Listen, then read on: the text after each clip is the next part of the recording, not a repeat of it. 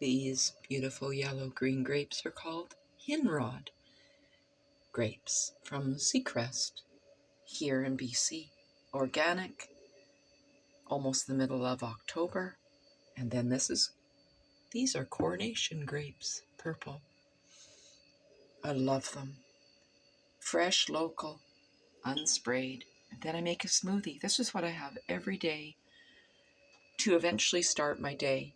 Even when I've begun, I've woken up, I have many rituals, and because I intermittent fast, I have no need to wake up and stuff my face and then start digesting, and then all my organs and that are taken up in energetic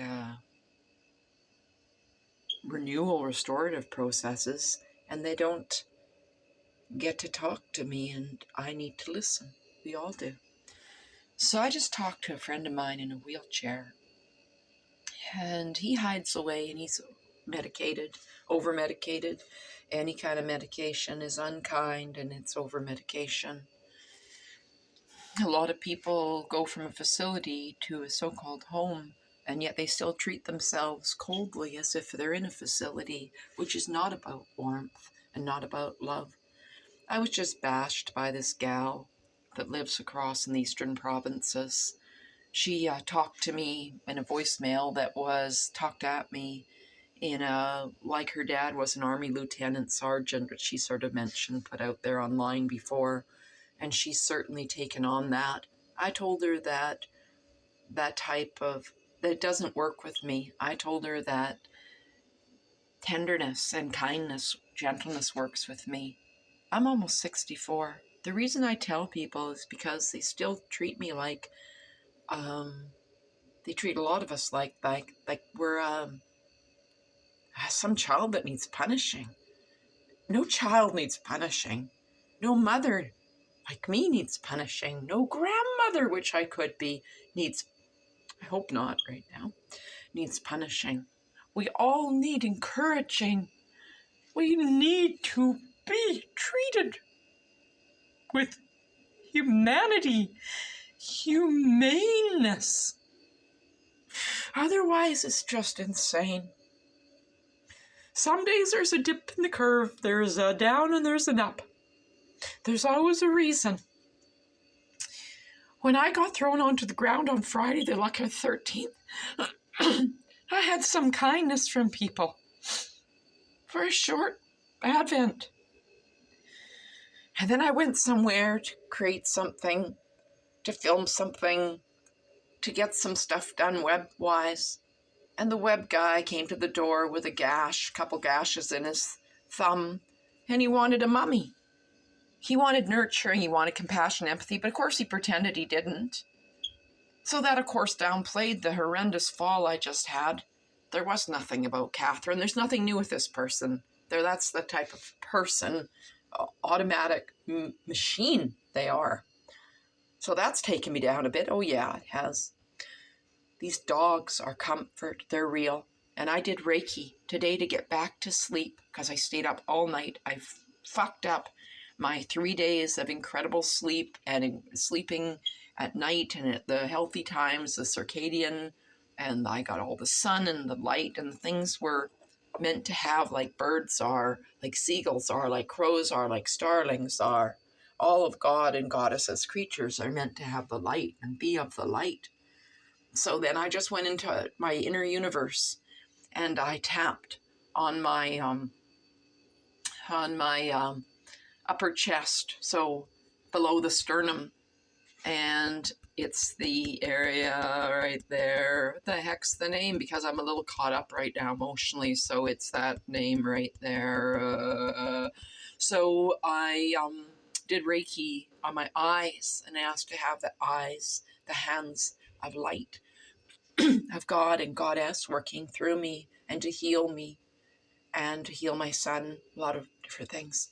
And then I went to my neck, to the second placement for Reiki, and I held my neck with palms toward my neck, and then the outside of the palms, the back, touching each other. And then I went to below the sternum, the upper chest area, and where the first indicators of stress show up. And then I went to the lower chest or the mid chest, which is the heart. That's a fourth placement. And I could be missing one or two here.